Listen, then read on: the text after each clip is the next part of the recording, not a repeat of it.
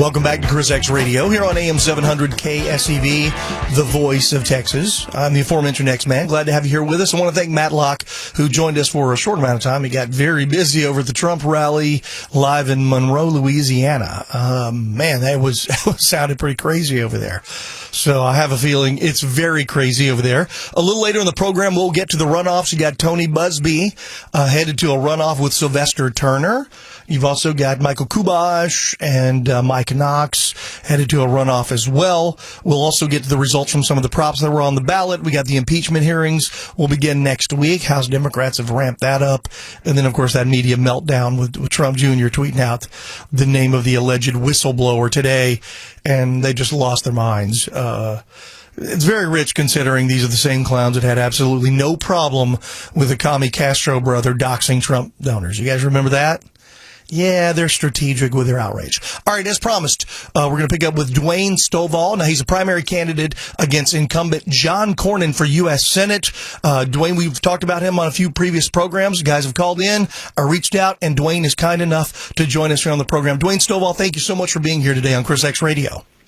Hey, glad to be here, Chris. I'm glad to have you on the program. First and foremost, for those who really don't know who you are, which I know there's a lot of Texans that know exactly who you are because I hear from them on a regular basis, tell us a little bit about yourself and what in the world made you decide you want to jump in this craziness and run against, John Cornyn or run for office? Well, I'll try to keep it as brief as I can. I'm just an every Texan. I live about an hour north of Houston, out in Liberty County. I got into studying the source documents and what the Constitution means and all that about 15 years ago. And I developed an affinity for the U.S. Senate position because it's got specific roles that it can do to protect the best interest of Texas, which is what its predominant role is. It's supposed to protect the best interest of its state. It's what George Mason called a mechanism of self-defense for the states against an out-of-control federal government. Well, I don't think anybody out there doesn't realize that the federal government is out of control. It's too large, and it's taken too many authorities over the years. Well, this position is the perfect one to be able to protect the interest of Texas, to help divest authority away from the federal that it shouldn't have. And when I got into this, for some reason, I kind of micro-focused on Senator Cornyn's behavior in office over the last 15 years, and it's atrocious. And it got so bad that it took an every Texan like me away from the dinner table and said, I'll just run against him. My deep historical knowledge of this office led me to this race back in 2014. For those that don't know, I ran in this race. I pulled nearly 11% of the primary on only $70,000. Well, for a guy who was just a part of the Republican base, meaning a guy that has worked within the party ranks, been to the state conventions, I even authored 2 of the party planks on the state platform. I didn't have any connections to the political elite in any way, shape, or form, and I learned that if you're honest and you bring the truth, it sticks, and you don't really need a whole lot of money. Now, money is a big deal, but Cornyn has plenty of it, but the problem with him is he's not a conservative, and he's not really a Republican, so it makes it very expensive for him. I was asked on another radio program how I pulled double digits in a state as large as Texas, and I said, well, the truth doesn't cost much, but it costs millions and millions of dollars to make a mule look like a secretariat, and that's what we're dealing with. We're talking with Dwayne Stovall. Once again, he is the primary candidate against John Cornyn, as we were talking about for U.S. Senate. Now, the Republican primary is coming up in March here of 2020. Now, Dwayne, I know you run for office before. I know you had a couple of other things you ran for, but then you ran, and as you mentioned, you pulled close to 11% the last time back in 2014 against John Cornyn. Now, there were a bunch of people that jumped in, and if I remember correctly, I think you finished like third. You pulled over, it was like close to 150,000 people voted for you, which is huge for, as someone you mentioned, that wasn't super well funded. You weren't connected to the politically elite. And I think some of it has to do with the fact that you're a Texan, you're sort of down home, and you're one of these guys that we can really relate to, especially with your conservative principles, which you seem to never stray from. No, I've had the same message since day one, and it sticks. You said I'm not connected to the political elite. Definitely not. And the day after the primary in 2014, my phone started ringing about 7 in the morning, and it rang for 2 weeks straight with people who were in the political air quotes, elite, from big-time candidate campaign managers to think tanks in Washington, D.C. just really want to know who I was and what I brought to the table, because it was a bit of an anomaly. If you're just an every Texan, it's just a loss, you know. Yeah. But if you're following this political science behind it, it was something pretty special. And the people that came to support me basically stayed. I've got the largest campaign in the state today, by far. We've got nearly 1,500 volunteers. I might have 2,000 volunteers by Thanksgiving.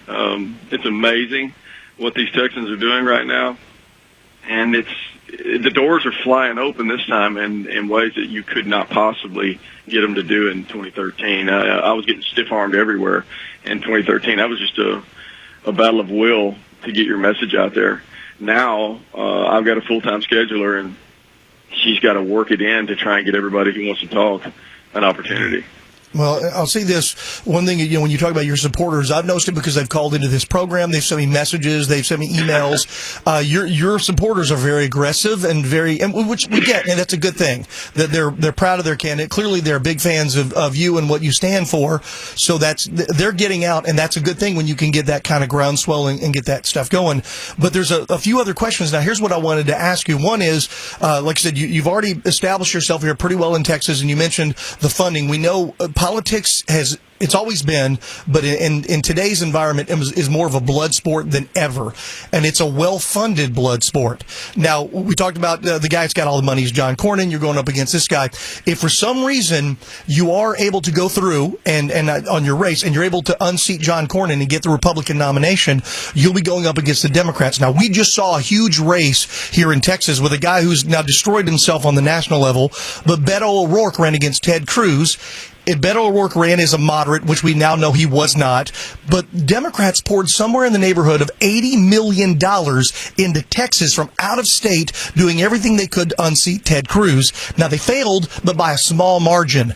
Do you have a plan set up for that if, in fact, you do get the nomination to deal with this? Because I have no doubt they're going to come in it as hard as they possibly could, because you are a huge threat to them.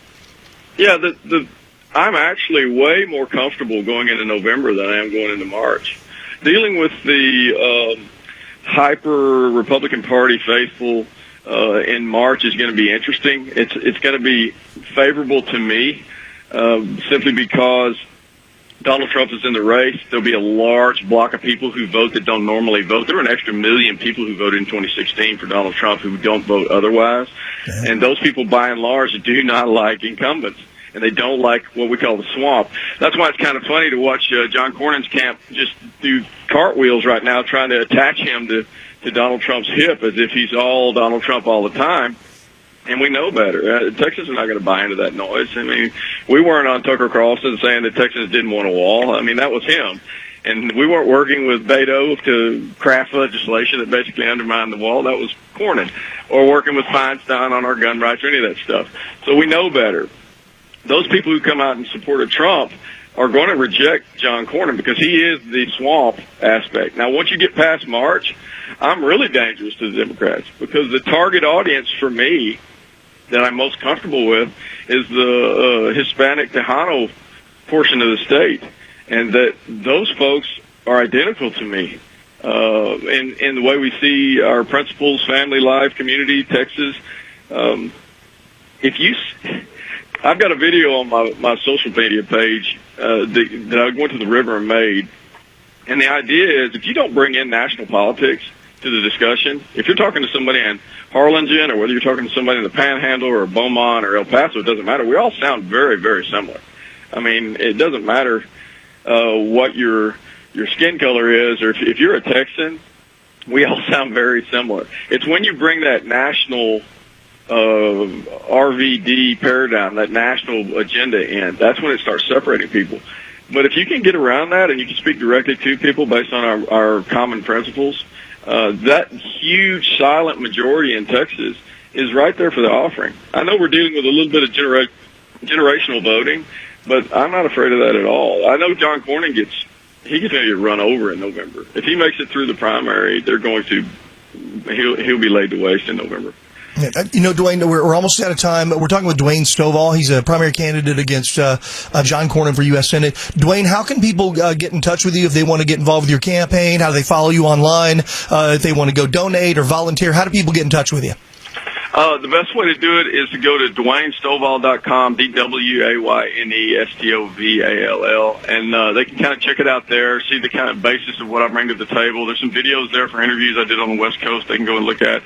On Twitter, at Dwayne Stovall, Texans for Stovall on Instagram, on Facebook, Texans for Stovall. You can go peruse that and kind of get an idea of what I bring to the table.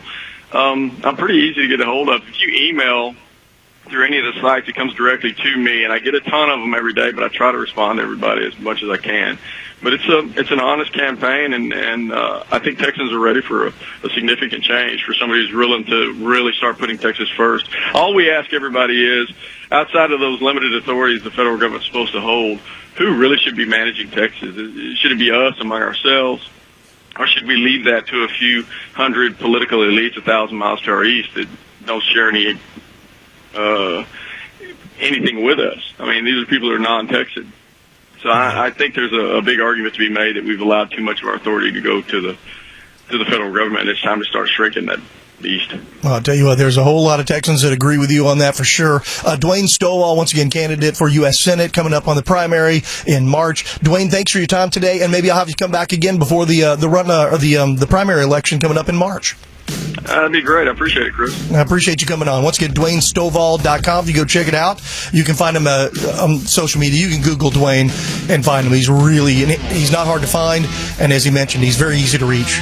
He kind of handles a lot of the stuff himself, and if you're interested, get involved. There you go, Dwayne Stovall, candidate against John Cornyn. Once again, Cornyn's been there a long time, and he's got a lot of money. All right, we're going to take a very short break. I want to thank Dwayne for joining us. We're going to come back. We'll get into some of this other stuff. We'll take some of your phone calls as well.